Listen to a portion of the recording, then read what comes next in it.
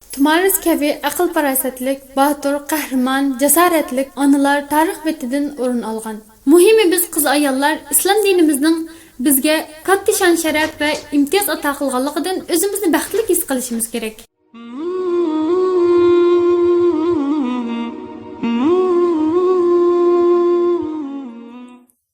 Elhamdülillahi vahde ve salatu ve selamu ala men la nebiyye ba'de seyyidina Muhammed ve ala alihi ve ashabihi ecma'in amma ba'du. Assalamu alaikum ve rahmetullahi ve berekatuh.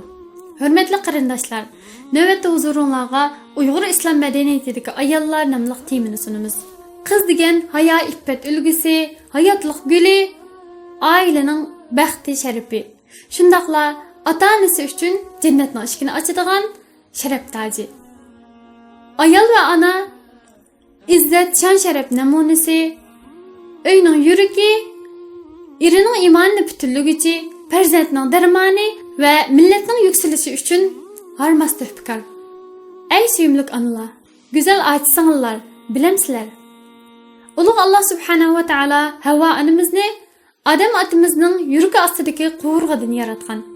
Demak, islom dinimiz ayollar uchun katta izzat va shon sharaf ato qilish bilan birga ularni erining yordamchisi, maslahatchisi va ko'zxursanligi qilgan. Saodat davriga qaraydigan bo'lsak, suyumli payg'ambarimizga tunji bo'lib iymon etgan ayolning Xadija onamiz ekanligini ko'ra olamiz. Tunji bo'lib shahid bo'lganmi? Yanala ayol edi. U kim? U Sumayya radhiyallohu anha. Hatto ular payg'ambarimizga bay'at qilgan. Ular hijrat qilgan va jangga qatnashgan. Ularning ilm sohalarida alohida imtiyozlari bo'lgan. Rizvon bay'ati bo'lgan vaqtda gul yuzlik payg'ambarimiz ayoli Salama radhiyallohu anhaning maslahati bo'yicha ish qilgan. Oysha onamizga qaraydigan bo'lsak, u yoshining kichikligiga qaramay Qur'onni yodga olgan va shar'iy bilimlarni butun egallab, payg'ambar sallallohu alayhi va sallamdan keyin shar'iy ilmning manbasi bo'lgan. Hatto pishqadam sahobalarmo o'zi yo'liqqan masalalarda Oysha onamizga murojaat qilgan. Islom tarixida namunalik ayollar intayin ko'p.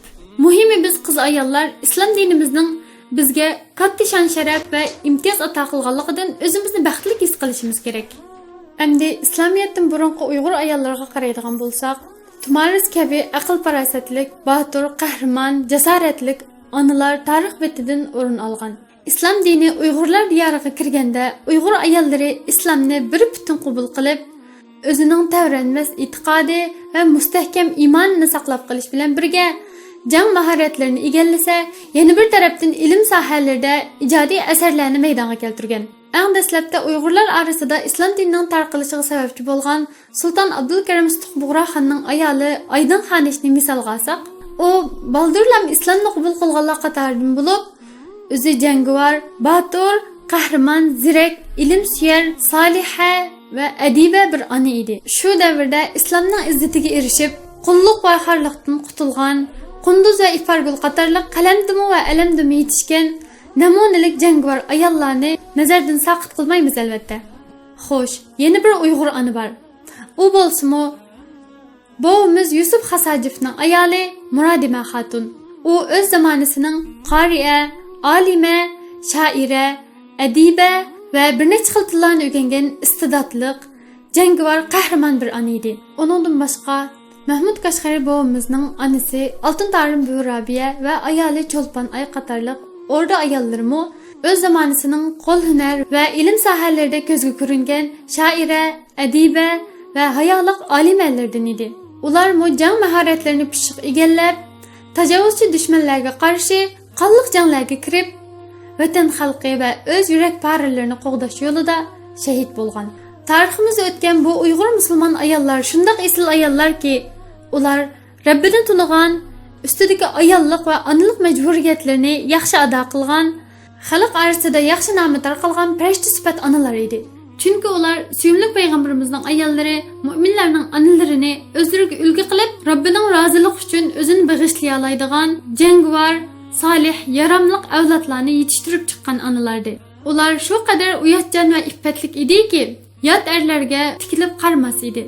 Ular sultonlarning kengashlarida o'zining kiyinishlariga ahamiyat berib, o'ziga xos bo'lgan o'rinlarda o'ltiradi va maslahatlarga qatnashadi. Shuni qistirib o'tishga arziydi-ki, ayni vaqtda podshoh qizlari yot erlarga so'z qilish zaruriyati bo'lib qolgan vaqtda parda orqasida so'z qiladi. Bu holat ularning islom ato qilgan izzat va shon sharafini texmi yuksaltiradi. Misolga olsak, Yusuf Xas Hajib Narsidi vaqtida o'zi bilan ko'rishgan Malika Adara xonimmo ustiga parijasini atib, parda orqasida turib, uningga muhim voqealarni so'zlab bergan.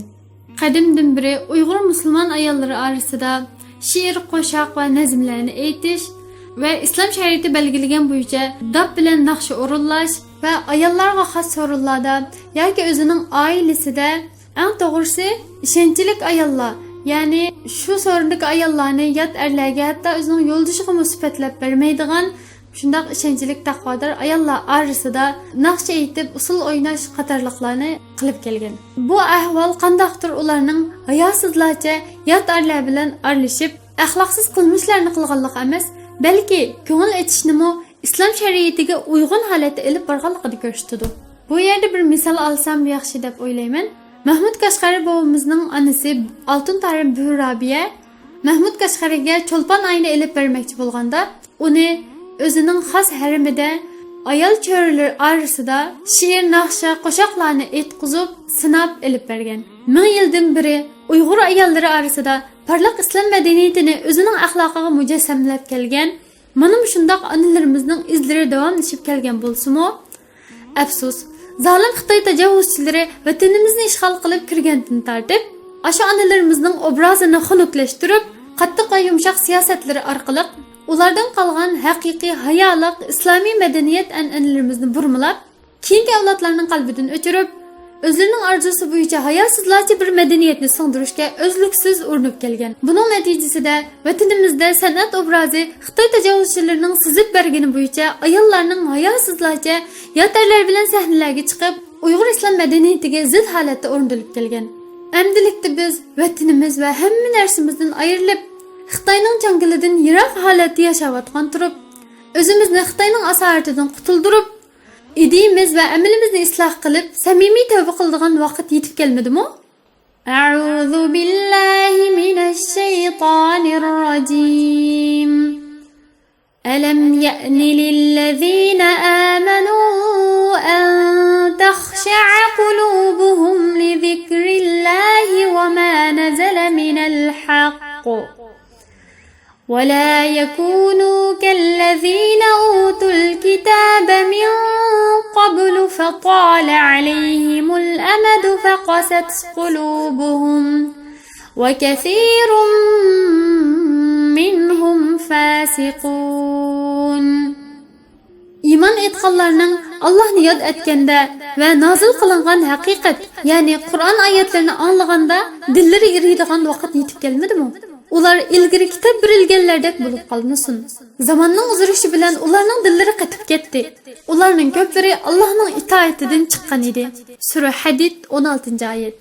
Zamonimizda ba'zi kishilarning mana shundoq Uyg'ur islomiy kimligini va go'zal axloqini bir chetga qayirib qo'yib, yot ayollarning hayosizlarcha naqshi usullarini maydonga keltirishga vasila bo'lishi, Alloh harom qilgan ishlarni qilish orqali qo'rqmasdan Allohga jang e'lon qilish bo'lmaydimi?